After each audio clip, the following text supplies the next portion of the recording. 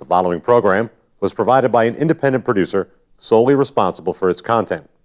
The opinions expressed do not necessarily represent the views of this station, its staff, board of directors, or underwriters.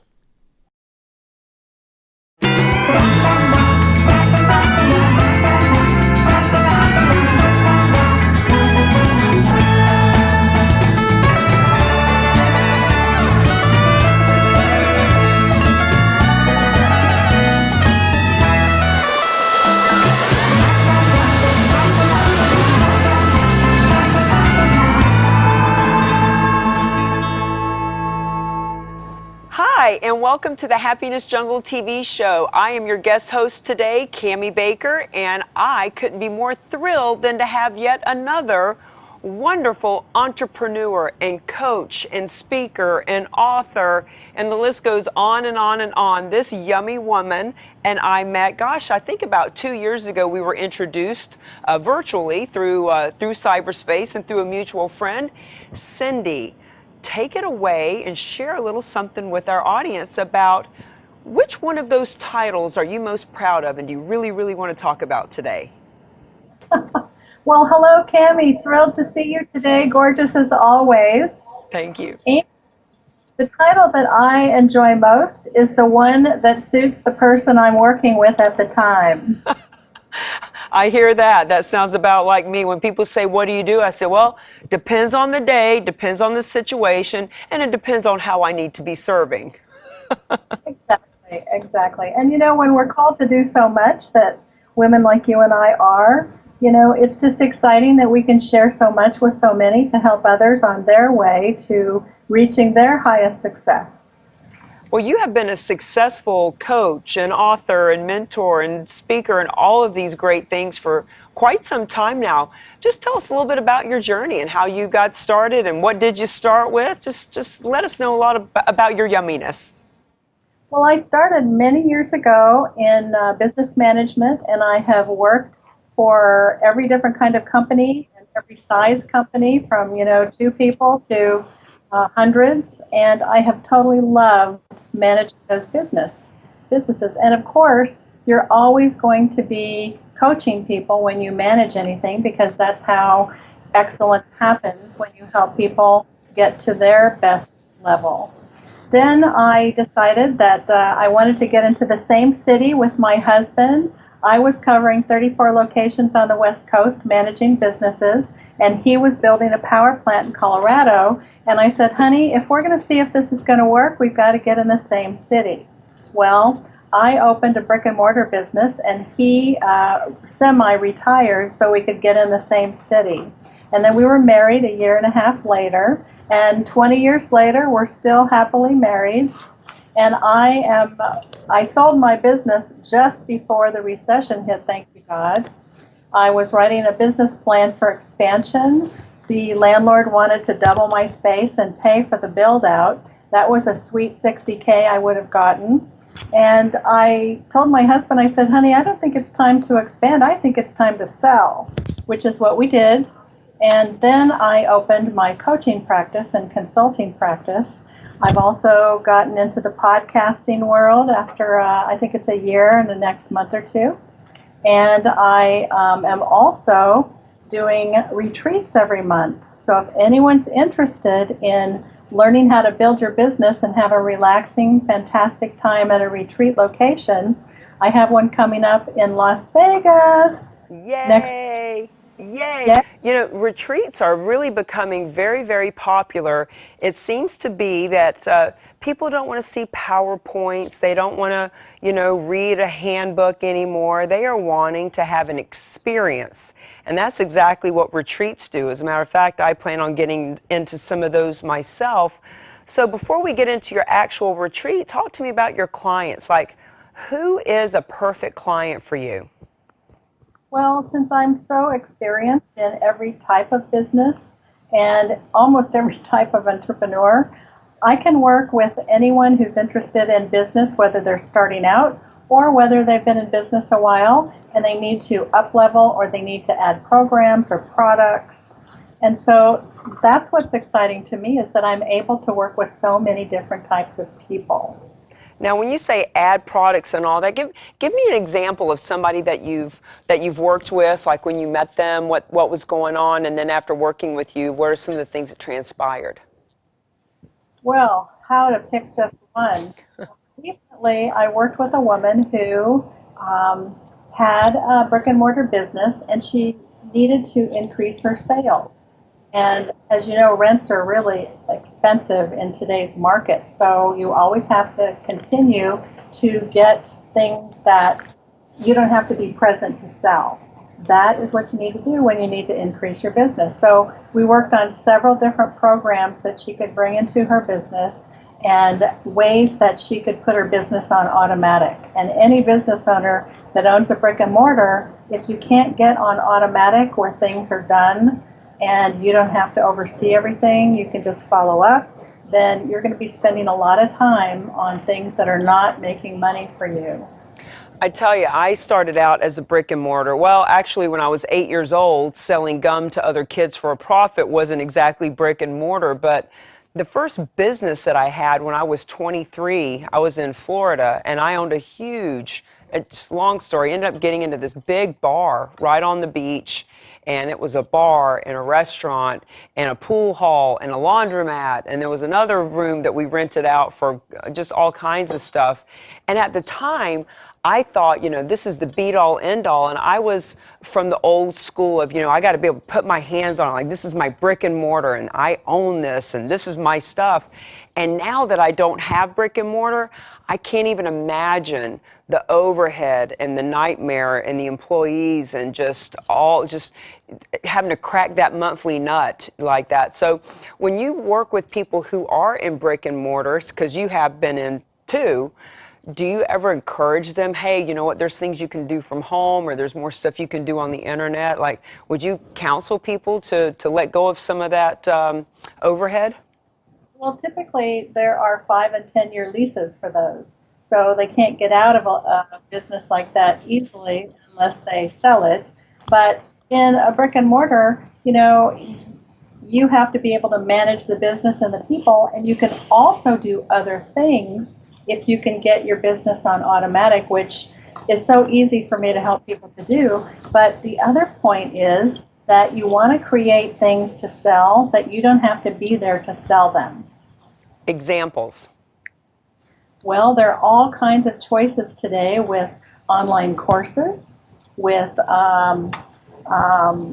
you can do coaching in groups. You can do all kinds of things on Facebook groups. You can hire people to work with you so that you can teach them how to work with your people. I mean, it's endless today. There's so much creativity to figure out what it is that you want to do. I mean, books. At the end of this year, I'll have 12 books on sale on Amazon. Wow. Wow. And I know that your most recent book, or I assume it's your most recent book, has to do with Alzheimer's. We've talked about that a little bit. Can you share with me what your inspiration for that book was? Well, my husband has a history in his family of people getting Alzheimer's. 10 years ago, he started displaying symptoms and was diagnosed. And I said, it took me a long time to find you, and I am not giving you up that easily. So, my business is about solutions. Whatever I'm doing, it's always about solutions. And because I have no experience with that kind of, or any kind really of illness, so I got busy and learned it. And everybody who meets him wants to know, what the heck am I doing? Because he's still coherent. And some people don't even live past 4 years. So I decided to write about it. And would you believe 2/3 of Alzheimer's disease will affect women? 2 out of 3 women will get Alzheimer's. I was shocked when I saw that when I researched for my book. Anyway, that information is amazing that I've created. People continue to say, you should open a place to help people. And I said, no, I don't do that, but I'm sharing everything I've done and learned so others can be benefited with their loved ones and keep them coherent as long as they can, because it certainly has worked for us.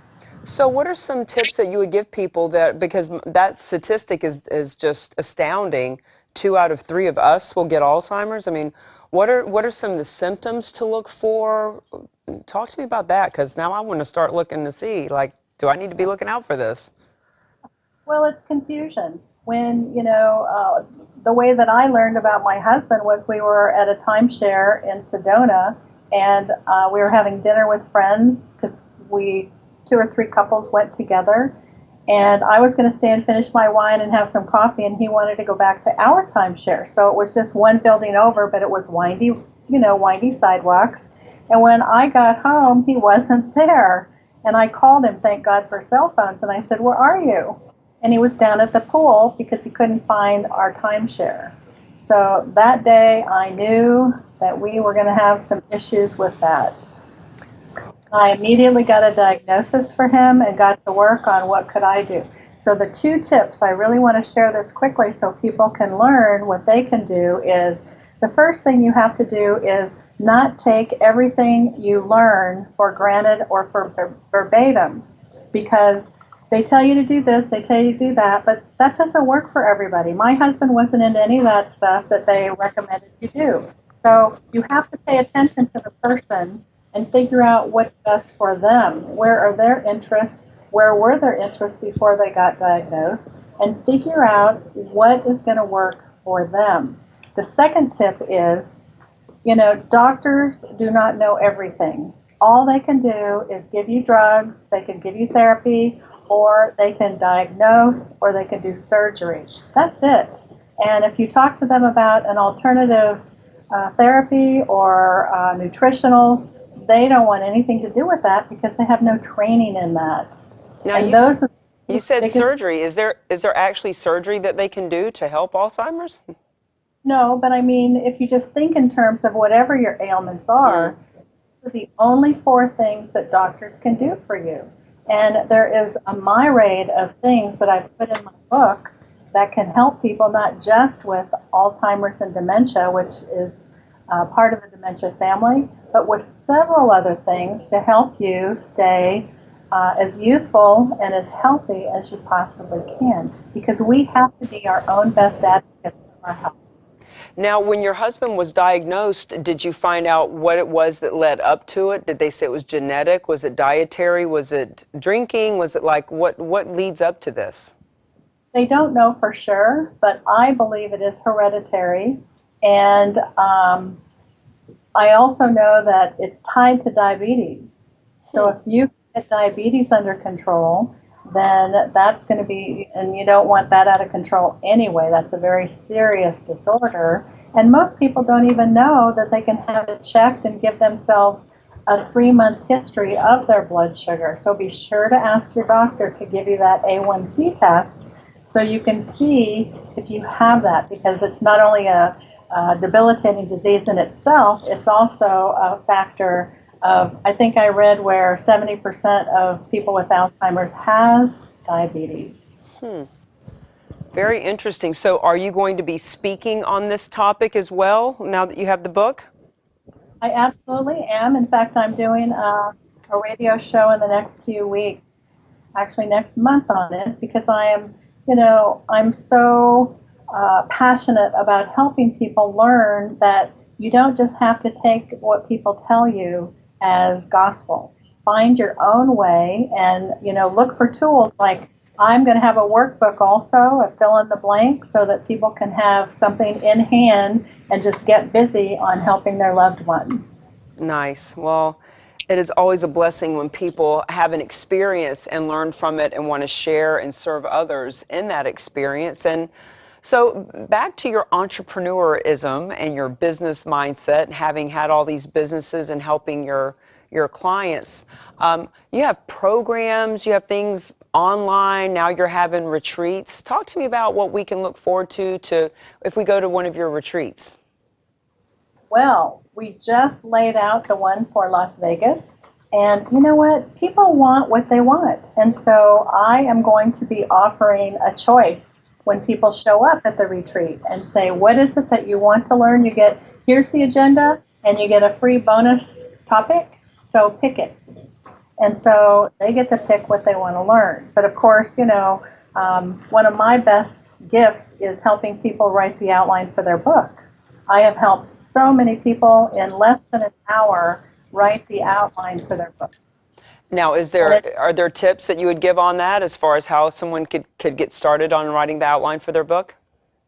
Well, I think if you're struggling with it, you need to have someone to brainstorm with, because so many people get all caught up with all the information in their head and they can't put it in format. And since I'm intuitive too, and I've written 12 books, it's just so easy for me. In fact, the last gentleman that I helped with his book, it was a children's book.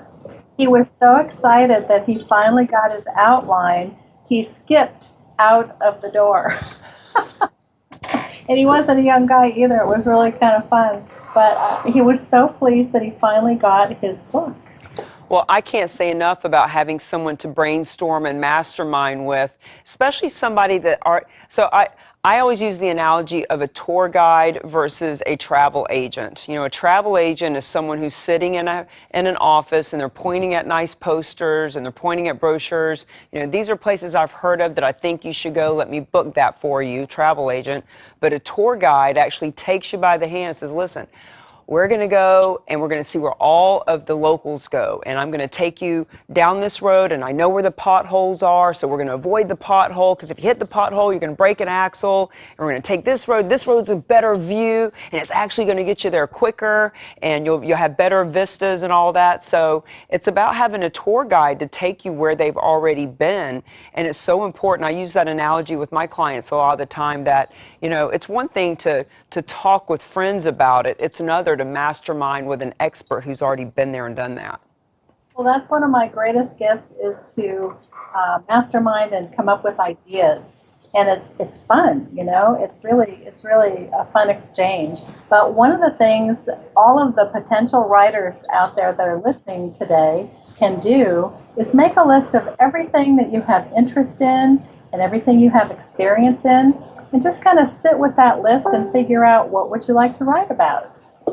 And then when you decide what that is, your mind will not leave you alone. It'll push you until you get it written. I know when I wrote my book, I had heard someone say one great way to do an outline would be to come up with the 10 questions that you hear the most. So whatever your expertise is. So for me at the time, it was about networking. So what are the 10 questions, or for me, the misconceptions that I've heard or misnomers that people say? What are those 10 things? And come up with those, and those are 10 chapters. And then they said, what are the 3 things that if people knew what you know, if they knew the real dirty, the detail, what you really know about that topic, what are the 3 things they would ask then? And then I came up with those, and then the stories that go with it. So. Well, you see, that's exactly how I came up with most of my book titles, is that all the people that I've helped over the years, I've written and created books and workbooks for what they needed to be helped with. And it's so much easier now. I can just hand them a book instead of spending 3 hours explaining it. So it's a win-win. It is. And, you know, you have such a huge arsenal of different things. You help brand new business people, longtime business people, brick and mortar, online, book writing. Like, there's so much going on for you. What's your favorite thing to do? My favorite thing to do is work with the person in front of me, because I just love diversity, and that's why I'm so experienced, because I just, you know, for me, work isn't work. A lot of people I hear, oh, it's Friday, and on, and I'm like, it's Monday. I get excited for Monday because I love what I do, and I always have. Well, and that's the thing, you know, that's the way entrepreneurs are. I know, you know, we are the only people who will work 80 hours a week to avoid working 40. And, you know, I'm just like you. Like, I'm not sure even when it's a holiday. Like, what day is it? It's today. Like, I don't know. It's today. And so maybe both of us should share with the audience that if you don't absolutely love what you do and get excited about Mondays, then you need to take a look at what you're doing and find something that is your juice. Because my work, I mean, I was up at 5 o'clock this morning working on my agenda for the newest thing for me, which, I mean, I've done retreats before for years, but this is a little different twist. And it's called Rock On Retreats. Rock On Retreats. I love that name. Now, you mentioned earlier that when people get to your retreat, there's going to be different topics that they can choose from for an add-on. Give us a little taste of what those topics are. Well, everybody wants to write a book today because they tell you if you're going to speak or be a podcaster, the book makes you an expert. So a lot of people don't know how to get started, and then when they have their idea, they don't really know how to do their outline. So that's going to be one, and if people come and they're not interested in a book, we'll have others. And the biggest thing I find that people struggle with is figuring out their goals. What should they be working on? How do they write them? And how do they achieve them? And for me, I've written 12 books in 4 years. Well, I will have by the end of this year. So I put all my secrets into one book, and I don't know if I have it here to share with you, but the one book gives all of how I did it. And that's one of the workshops that I teach, and we actually do the goals and write out how to accomplish it. And I mean, that can be done at every single, that workshop, every single retreat, because who doesn't have a goal? I mean, we all need to have them to achieve what it is we want to, whether it's for personal or whether it's for business. Let's face it, most people can't state a goal. They can tell you what they don't want. And I can even be guilty of that. You know, it's real easy to help people understand that they want to set SMART goals, you know, specific and measured and all that.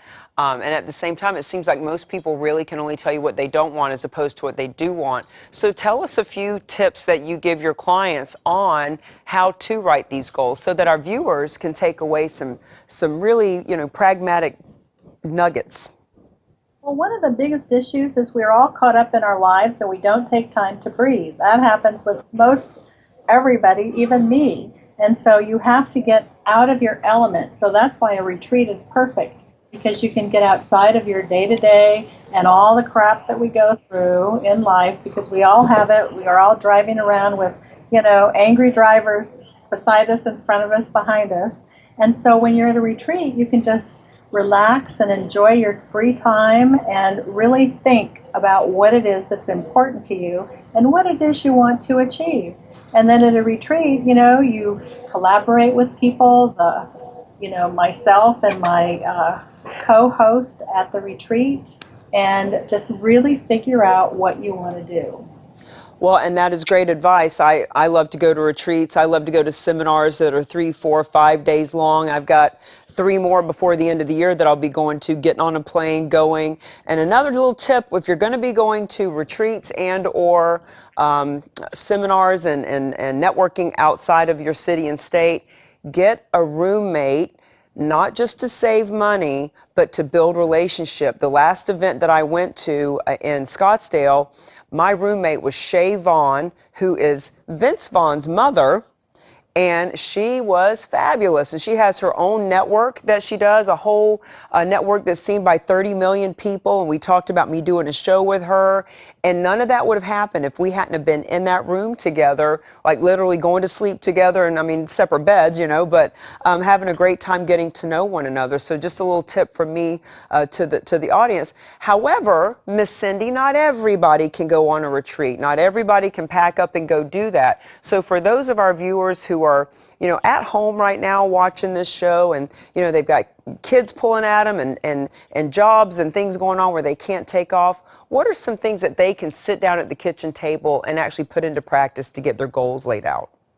You know, I have loved cheat sheets since the very beginning of time, and every single thing that I work on, I create a book, a workbook, or a cheat sheet of sorts. So if you are looking for things to help you in your life or in your business, you can go to my website and just click on books. It's my first and last name.com, and there's one section for just books.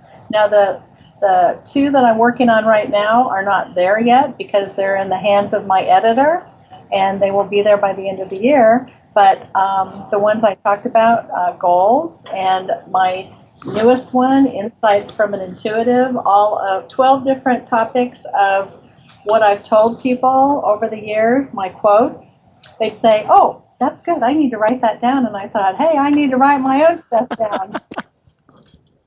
So that's that book happened. But, I mean, you just have to pay attention to your life to figure out what you need to write about. And so you can get a lot of great information on those books, and just for the price of a book, and it'll make a huge difference for you if you're trying to achieve goals or want to be inspired or need a workbook for whatever it is that you're working on. I have a planner because I think I can show you that maybe. When I was in business for other companies, they would always send us to think tanks and business trainings, and I could never get a planner that could help me get all my work done, so I developed my own, and it's got several different categories, and that's another secret as to how I get so much done. I remember putting together a planner too when I was in a business a few years ago that was really specific to that type of business. Well, we've got a couple of minutes left, Miss Syndee. So who are some of your favorite mentors that have inspired you over the years? My very first one I learned about when I was 18 years old, Earl Nightingale. And he is an amazing human. I wish he were alive. I would go listen to every single thing he said, every word, because he really helped form my belief system and my core values with so many things. So if you can get a hold of anything he's done, then Earl Nightingale is the guy. And that positive motivational arena is just juice. If you haven't tasted it, then drink the Kool-Aid. I had Earl Nightingale lead the field in one of the big packs of cassettes. And there were like 6 cassettes in a fold thing. And I had those in my car when I first got involved in personal development. Oh gosh, about 15 years ago, I had cassettes in my car. That's how long ago it was. And I'll never forget Earl Nightingale's voice.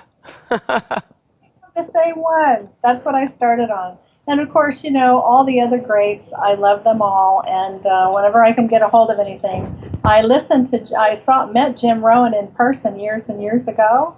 And, all of them are just fantastic. Well, it has been my pleasure to have you on.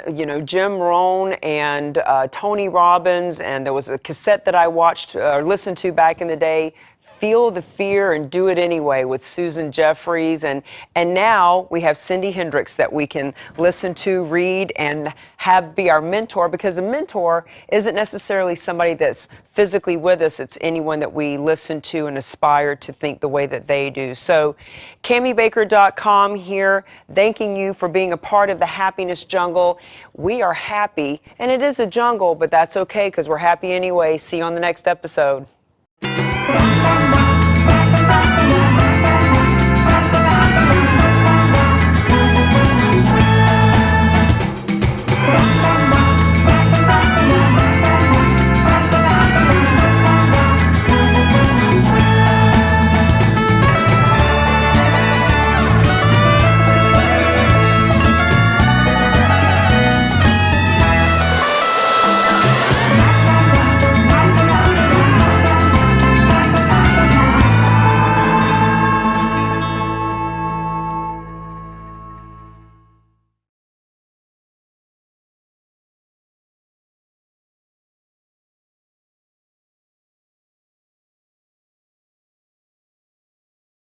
The preceding program was provided by an independent producer solely responsible for its content. The opinions expressed do not necessarily represent the views of this station, its staff, board of directors, or underwriters.